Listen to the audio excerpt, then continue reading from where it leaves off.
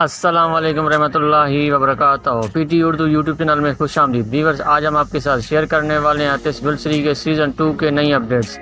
आतिश गुलसरी का सीज़न 2 का episode number 1 कब आ रहा है और इसका किस्त पहला कब नशर होगा। आज की वीडियो हमारी इस टॉपिक पर है जो हम आपके साथ शेयर करने वाले हैं। तो व्यूअर्स, वीडियो शुरू करने से पहले आपसे दरख्वास्त है, अगर अभी तक आपने हमारे चैनल पीटी उर्दू को सब्सक्राइब नहीं किया है तो चैनल को सब्सक्राइब करें और साथ में बेल आइकन पर प्रेस करें ताकि हमारे नए आने वाले वीडियोज़ की नोटिफिकेशन आपको बर वक्त मिलती रहे। तो व्यूअर्स, आपको बताते चलेंगे आतिश गुलसरी के सीज़न 2 का ऐलान कर दिया गया है और इसका जो है वो पहला किस्त भी 8 सितंबर यानी इसी जुम्मे की रात को पहला किस्त नशर किया जाएगा। और आतिश गुलसरी के जो है वो सीज़न 1 और सीज़न 2 में बहुत बड़ा एक फ़र्क दिखाया जाएगा, क्योंकि उसकी कहानी में और उसकी स्टोरी में बहुत फ़र्क है।